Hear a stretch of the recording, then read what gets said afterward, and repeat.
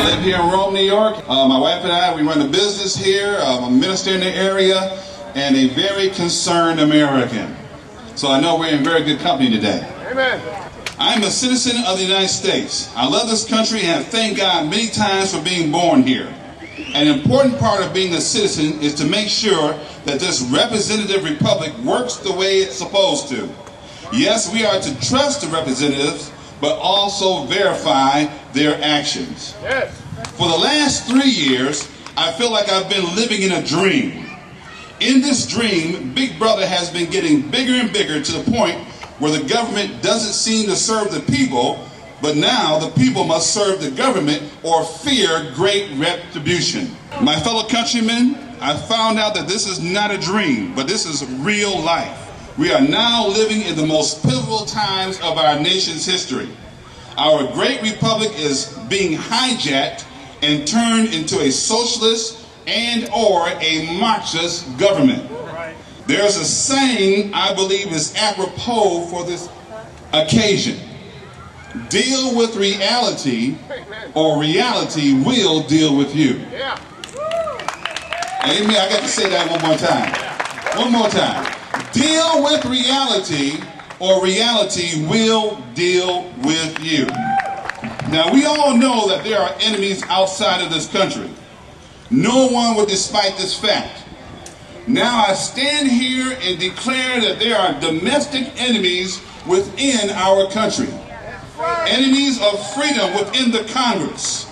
Enemies of freedom within this present administration. Enemies of freedom lodged within the White House, and pirates and thieves looting our financial system. These enemies are stealing the American dream and turning it into a socialist nightmare.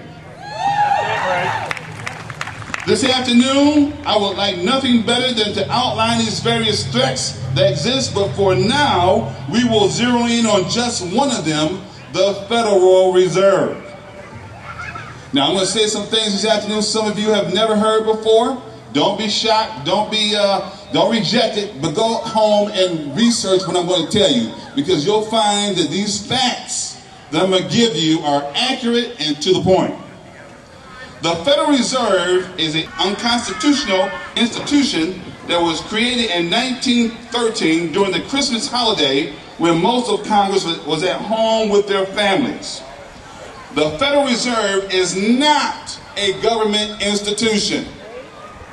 I'll say that again.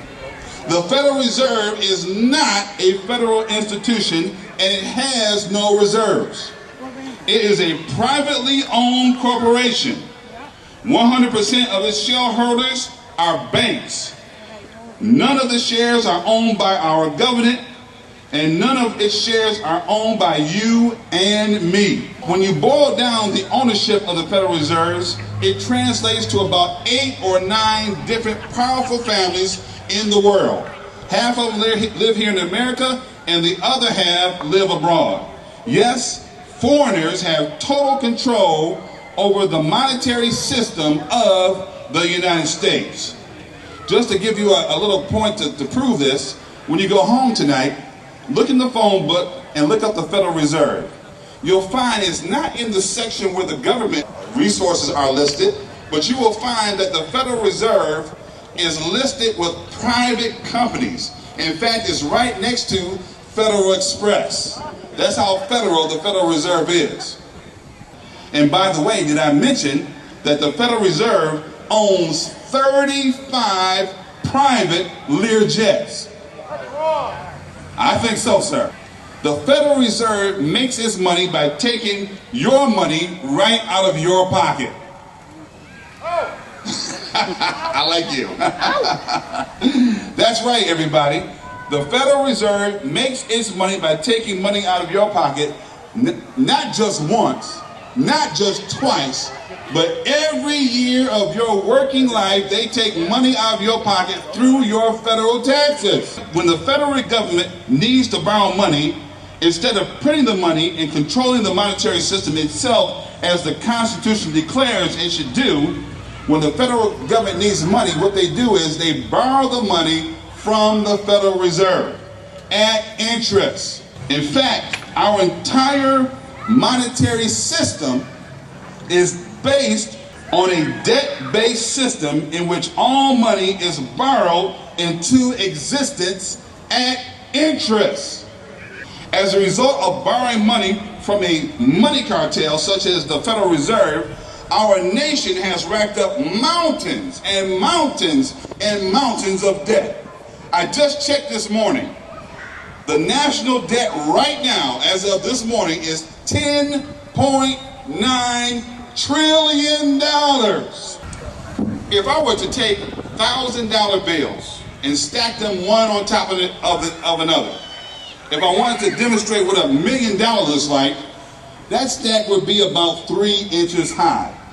3 inches would make $1 million. Now, if I wanted $1 billion, 30 yards high, 30 yards.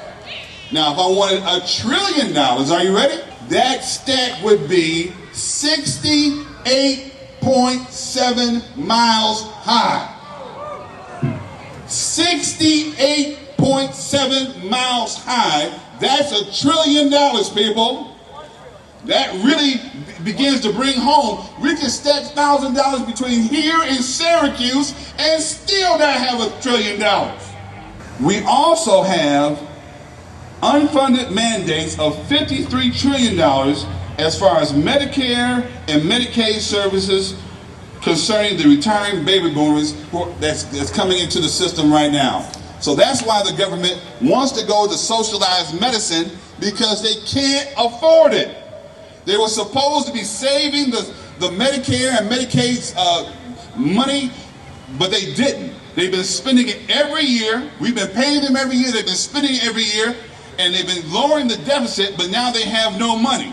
You got millions of people on Medicare and Medicaid, and the government is realizing we can't afford it.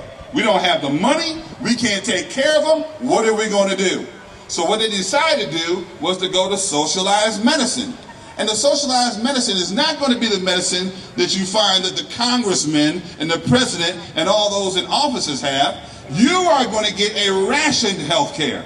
A health care that's going to be pitiful. A health care that's going to get you sick. A health care that's going to get you dead early, because our government cannot afford to take care of its people.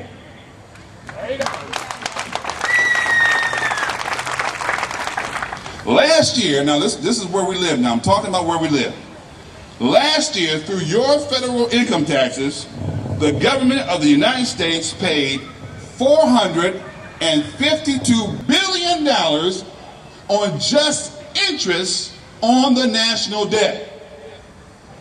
The money used to pay this interest, never mind the principal, came from our federal income taxes paid by private citizens and small businesses here in America.